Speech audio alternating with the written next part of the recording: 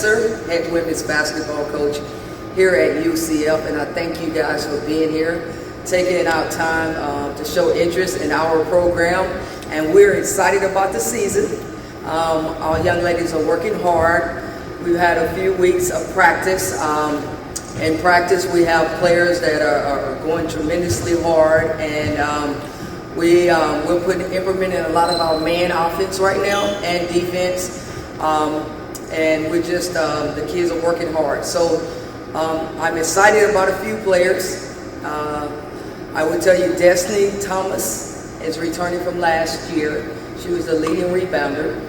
Destiny has been doing well in practice. I think the biggest thing is us just she has to adjust to a new philosophy, but Destiny's doing well. Nay is a transfer from Howard University. We're expecting big things from Nay. She's played in an NCAA tournament, has won a conference tournament before, and was freshman of the year in her previous university. So we're excited about her. Asia is doing a tremendous job. In our four, we had 5 players returning from last year, and 4 of the 5 didn't play over 10 minutes average. And those kids are buying into the system. They're working hard, and we as a staff, we're just trying to mash everybody together with our different players that we sign and returners. So we're excited about the season. We feel like we got a great non-conference games coming up. We're going to Tennessee. Tennessee right now is picked 3rd in the SEC.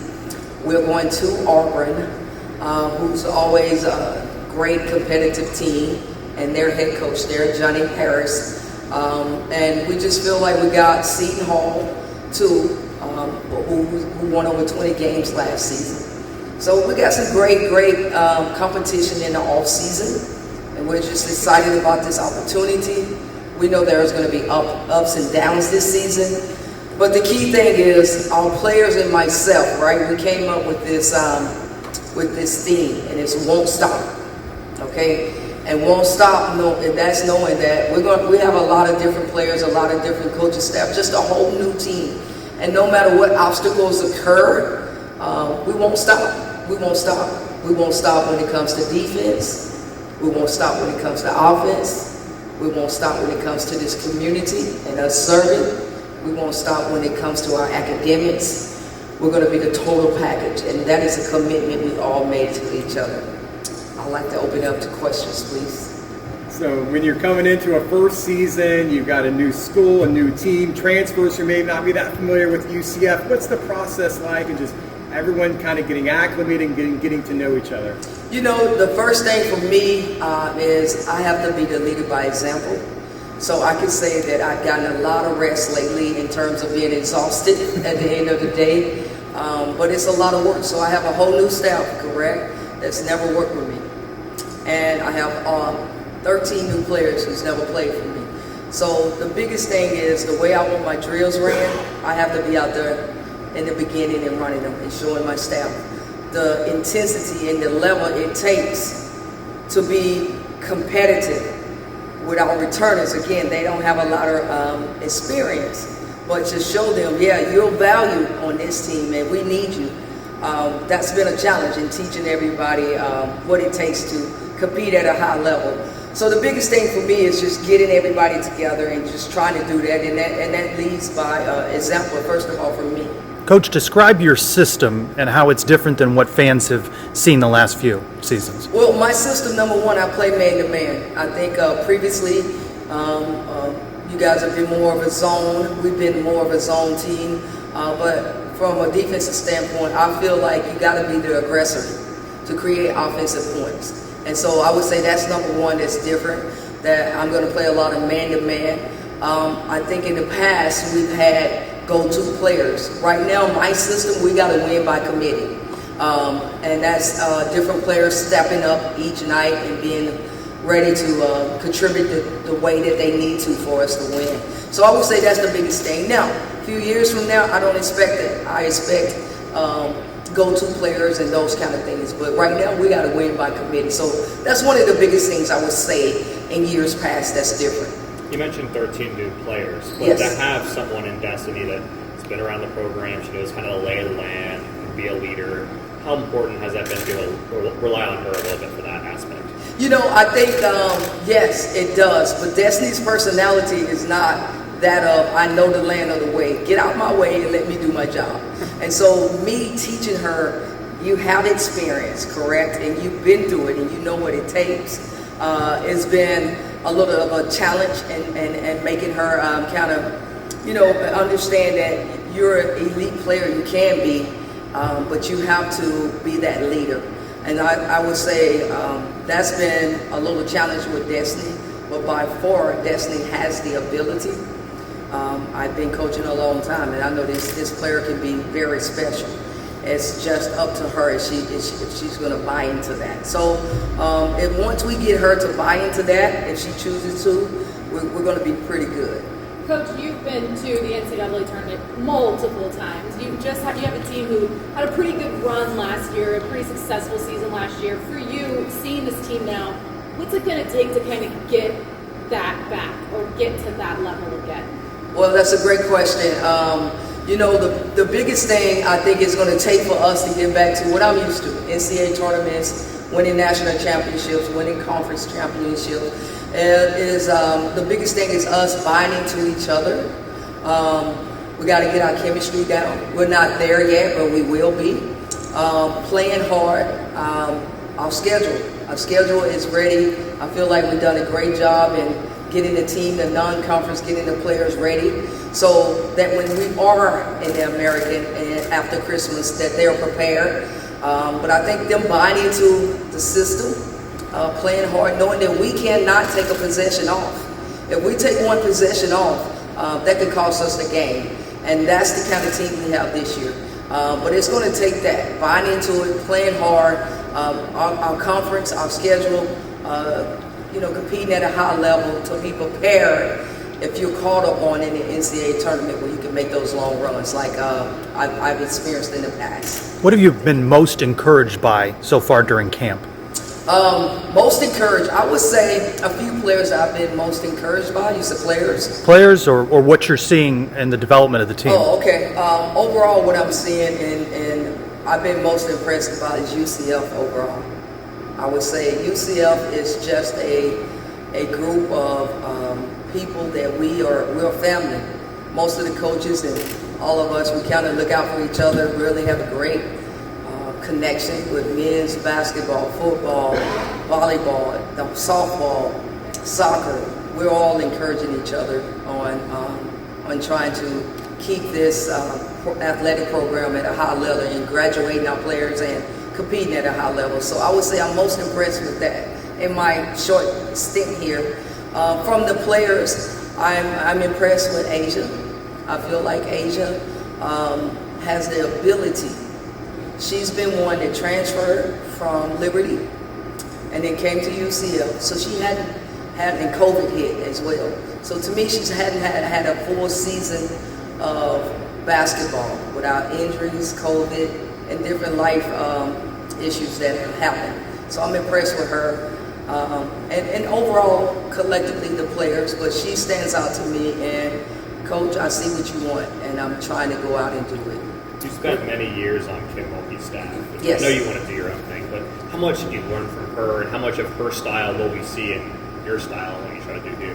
Well, I think the biggest thing I've learned from Kim Mulkey is you approach everything with passion and effort, okay? And so that's the one thing I've learned from her, and I will say I approach that same way. So I would say, yeah, of course I want to do my own thing, but those little gyms and those kind of things are priceless. And for 8 years at Baylor, 1 year at LSU, I was side by side with her in doing those things and building the program. So that part I took from her. This is your last year.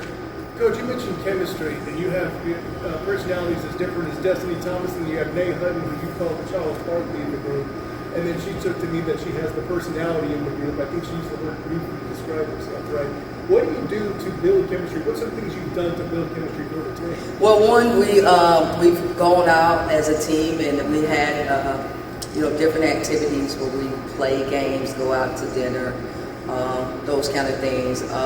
Meeting with them and building chemistry. Right now, we're doing this, guys. We're reading the Energy Bus. Okay, I know maybe some of you guys have heard of the book. I've read it years ago, but we're talking about, it's 3 things that I want, no matter what. That's energy, that's attention to detail, no matter what you do, okay?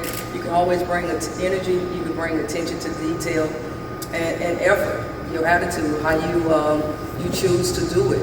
And so with Destiny, who's quiet and just wants you to do her job, with Nay, who's a Barkley, and I'll show you she does her job, it's, hey, we got to come together and be UCF. And so, but if you two are on that same page, and that is bringing energy, effort, and paying attention to details, then that's my chemistry. That's what we need, and we're really enforcing it as a staff. Coach, since the last time we talked, you added Michelle Edwards to your staff, whose reputation speaks for herself, especially after 19 seasons at Rutgers as well. What does she bring to this staff, and what do you think that you have with this coaching staff that you said? I am so excited about having Michelle here. Okay, Michelle is a WNBA player. She was actually a founding member of the WNBA. She played in the first season. She coached under Vivian Stringer for 19 years, who was a Hall of Famer and just a legend. And Michelle Edwards is also in the Women's Basketball Hall of Fame. And so I feel fortunate to have her on my staff. She coaches our guards, and Michelle is one of those people who are very passionate about what she does. And it's almost a day can't go by without her calling me, texting me, or speaking to me just to make sure, hey, Coach, we're on the same page about what it takes for us to get there. And I like that about her. She's a winner. She's a proven winner as a player. And having been with Coach Stringer for so many years, that speaks for itself too. So I'm excited to have Michelle here.